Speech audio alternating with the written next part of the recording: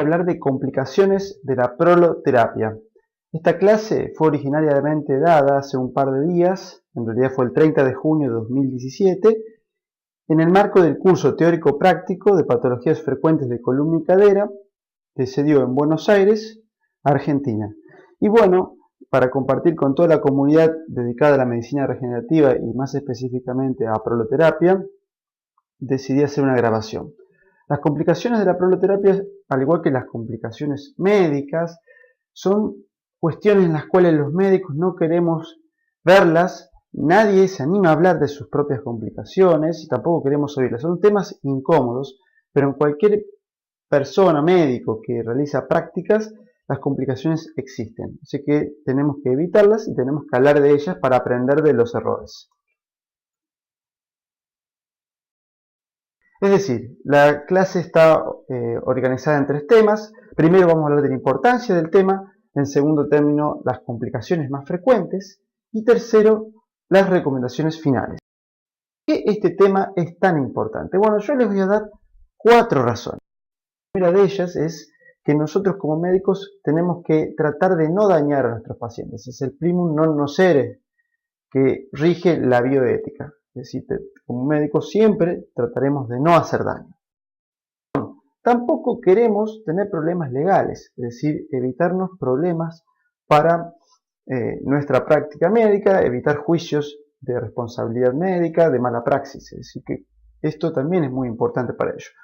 Y por ello también se recomienda en todo este tipo de prácticas hacer firmar al paciente, luego de una buena explicación, el consentimiento informado. Y el tercer punto lo quería explicar a través de la parábola de Scott. Scott es un ginecólogo que publicó esta parábola, en la cual habla de las ideas promisorias, y en este caso podríamos hablar de la proloterapia. Cuando empieza un nuevo método, en este caso un nuevo método médico, todo esto empieza con estudios, con primeras experiencias, y empieza a realizarse esta técnica y empieza a haber cada vez mejores resultados. Por supuesto, esta técnica está hecha por gente altamente entrenada y con indicaciones precisas. Es así que los demás empiezan a ver que esta técnica funciona y cada vez se empieza a generalizar su uso. Es así que la técnica empieza a utilizarse para indicaciones que no son las correctas, para pacientes que no tienen el diagnóstico correcto y bajo técnicas no adecuadas. Así empieza a haber problemas, pacientes que no se recuperan, efectos adversos, y la técnica empieza de a poquito a caer en desuso y a perder credibilidad. Esta técnica, la proloterapia, ya cursó con esta parábola. Ya le pasó esto hace muchos años atrás cuando hubo problemas por utilización de malas técnicas en patología de columna.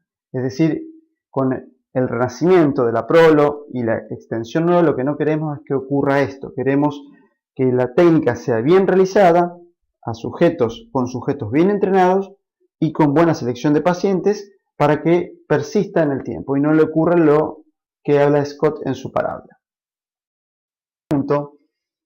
Los problemas y las complicaciones nos generan a los médicos una gran angustia y muchísima ansiedad. Más allá de los problemas legales, cuando tenemos complicaciones podemos pasar días sin dormir, noches sin dormir, digamos, y tener esta angustia que trataremos de evitar. Entonces, las complicaciones las podemos dividir en infecciones, por lo cual hay que tener bien en cuenta las normas de asepsia y antisepsia, aumento del dolor. Si uno inyecta un ligamento o un tendón, es probable que exista un aumento del dolor y eso no es una complicación, es una cuestión habitual del procedimiento que hay que explicársela al paciente. Pero en el caso de las inyecciones intraarticulares o con mala técnica, si nosotros, por ejemplo, tocamos la sinovial, puede generarse una sinovitis. Por ejemplo, una artritis de rodilla, producto de una cuestión química por irritación de la sinovial. Estas cuestiones hay que saberlas. Algo que también es muy importante son las reacciones vasovagales. Es decir, tenemos que ver un poco la personalidad del paciente, si el paciente está ansioso, y tratar de realizar estos procedimientos con el paciente acostado en la mayoría de los casos. También es importante tener en cuenta reacciones vasovagales de los acompañantes. por lo que recomiendo que no entren acompañantes a los procedimientos, salvo personas que ya conozcan del procedimiento y que sepamos que no va a pasar esta cuestión. Esto se los cuento por experiencia personal. Reacción vasovagal del acompañante. Complicaciones derivadas de la punción también pueden haber. Eso tiene que tener, más allá del dolor, por punzar sitios que son peligrosos o sitios donde no hay que punzar. Y por eso hay que saber bien la anatomía de cada área. Otro punto importante a tener en cuenta son los efectos adversos de los anestésicos locales. En cuanto a las complicaciones derivadas de la punción, lo primero que uno piensa son los hematomas. Hay que tener especialmente cuidado en ciertas zonas y en los pacientes o antiagregados y anticoagulados. Los pacientes anticoagulados deben suspender la anticoagulación antes del procedimiento y dependiendo del anticoagulante será la diferente técnica de suspensión de la anticoagulación. También hay que preguntarles a los pacientes si la suspendieron la medicación porque suelen olvidarse. Lesión de nervios.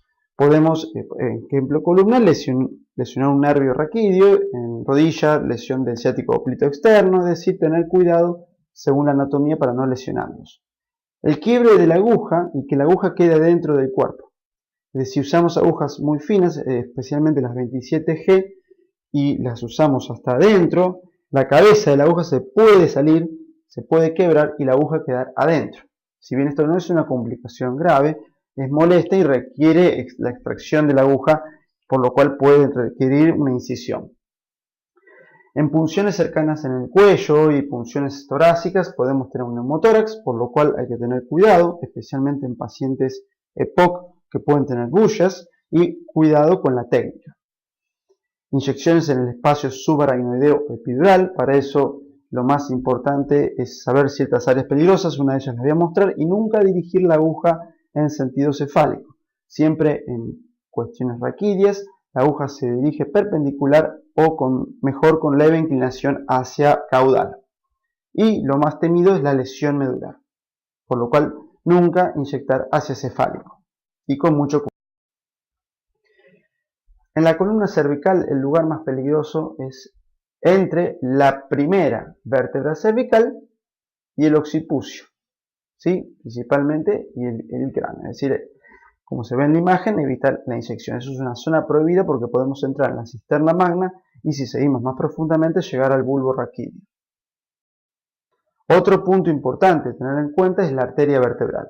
Si uno hace la inyección facetaria desde atrás es muy difícil realmente pegarle a la arteria vertebral, salvo que uno inyecte las apófisis transversas de C1, es decir, hasta arriba en el atlas. Ahí sí, en esa zona es peligroso, pero más abajo es muy difícil. Sí se puede lesionar la arteria vertebral en caso de que uno haga un bloqueo radicular. Estos bloqueos se hacen vía anterior o cuando uno inyecta una apófisis transversa vía anterior. En cuanto a la región lumbar, una de las zonas prohibidas es la zona media debajo de la quinta vértebra lumbar, porque podemos acceder bastante fácilmente al espacio epidural. En esta imagen se muestra la técnica de inyección o el punto de inyección de la cadera vía anterior. Como se ve, se traza una línea vertical que va desde el espina ilíaca anterior inferior hacia abajo y una línea horizontal a la altura de la sínfisis pubiana, y lo que hay que evitar es la arteria y el nervio. Otra forma es palpar la arteria femoral y un dedo por fuera, ya estaríamos salteando el nervio y esa es la zona de inyección. Siempre a la altura de la sínfisis pubiana. En el caso de uno inyectar la arteria o entrar en la arteria, como uno aspira, bueno, va a venir el contenido hemático, sacamos la aguja y comprimimos. En cuanto a las complicaciones derivadas de los anestésicos locales, esto también es muy importante tenerlo en cuenta, especialmente en pacientes frágiles y especialmente en la región cervical. Los anestésicos locales básicamente actúan por el bloqueo de los canales de sodio, induciendo una hiperpolarización de la membrana celular, lo cual genera una disminución de la excitabilidad de las mismas. Se dividen, desde el punto de vista químico, en ésteres y amidas. Esta división tiene la importancia de su metabolismo. La procaína se metaboliza rápidamente por esterasas plasmáticas, por lo cual rápidamente sale del torrente sanguíneo porque se metaboliza rápido. Los ésteres tardan un poco más en metabolizarse. Las amidas tardan más en metabolizarse porque se metabolizan en el hígado. El prototipo es la lidocaína. En proloterapia lo que más se utiliza es procaína o lidocaína. Y acá les voy a dejar las dosis máximas de lidocaína, 4,5 miligramos por kilo, no pasarse de los 300 miligramos, y de procaína no más de 7 miligramos por kilo y no pasarse de 350 a 600 miligramos. Lo interesante de los anestésicos locales es que los efectos adversos son dosis dependientes. ¿Qué significa? Que inicialmente, si el paciente es lúcido, lo que va a sentir es boca seca y hormigueos en la boca, una zona de gusto metálico, y en ese momento hay que empezar a reducir la dosis o suspender. El segundo efecto adverso, ya la persona puede tener algo de neurotoxicidad con mareos, una sensación de borrachera y muy alejadamente las arritmias cardíacas. Como es dosis dependiente, cuando la persona ya tiene el gusto metálico, nosotros podemos ya reducir la cantidad de anestesia que uno utiliza. Y por supuesto tener cuidado con pacientes frágiles, especialmente cuando uno inyecta el cuello, y se recomienda que se quede un tiempo acostado, luego que se siente, una vez que el paciente esté sentado, verificar que no tenga mareos ni hipotensión y posterior a eso recién que se incorpore. Para terminar, algunas recomendaciones. Para evitar complicaciones debemos, por un lado, seleccionar adecuadamente el paciente. En ello tenemos que tener en cuenta la patología que vamos a tratar. Si el paciente tiene una artritis reumatoidea activa, de nada le va a servir que hagamos proloterapia o lo que podremos generar es más inflamación. Recordar que la proloterapia se utiliza más que nada para procesos degenerativos crónicos. El otro tema importante es ver las comorbilidades. Si el paciente es un diabético con mal control de sus glucemias, la probabilidad de que el paciente se recupere o que le beneficie la proloterapia es menor, al igual que si tiene anemia, que si tiene insuficiencia renal, si está muy deteriorado. Así que tener en cuenta toda la cuestión de comorbilidades. Y por último, dentro de la selección, la personalidad del paciente. Si tenemos un paciente con un trastorno de la personalidad, ejemplo, un trastorno obsesivo compulsivo, o un paciente querellante, que nosotros en la consulta notamos que es desconfiado, ya sea por su mirada, por la forma de hablar, tratemos de sanear ese problema, evitar al principio técnicas invasivas hasta que ganemos la confianza. También tener en cuenta que esa personalidad desconfiada también la puede ser de algún familiar. O sea que la parte de evaluar la personalidad del paciente es muy importante si queremos evitar problemas. Trabajar en un ambiente seguro. ¿Qué significa esto? Sin interrupciones. Cuando hacemos proloterapia estamos haciendo un procedimiento invasivo que generalmente no tiene problemas si uno lo hace adecuadamente, pero las distracciones pueden hacernos equivocar. Es decir, ambiente seguro, y nosotros tenemos que controlar que no nos distraigan, que no nos llamen por teléfono, que no venga gente a conversarnos cuando estamos haciendo una práctica, especialmente en lo que sea región raquídea. Bueno, elegir correctamente el tipo de aguja, cada región tiene una aguja especial, y un ancho y un largo ideal, y lo ideal también es elegir agujas de buena calidad, con buen filo. Vigilar, por supuesto, las condiciones de asepsia y antisepsia para evitar infecciones.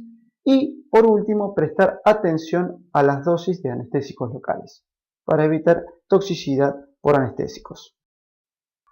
Por último, el consejo final es que si queremos hacer bien proloterapia y plasma rico en plaquetas, es necesario formarse y seguir formándose en forma continua.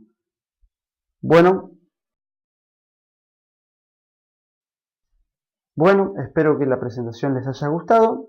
Estoy abierto a sus preguntas, aportes, sugerencias y los esperamos en los próximos cursos de nuestra sociedad. Saludos.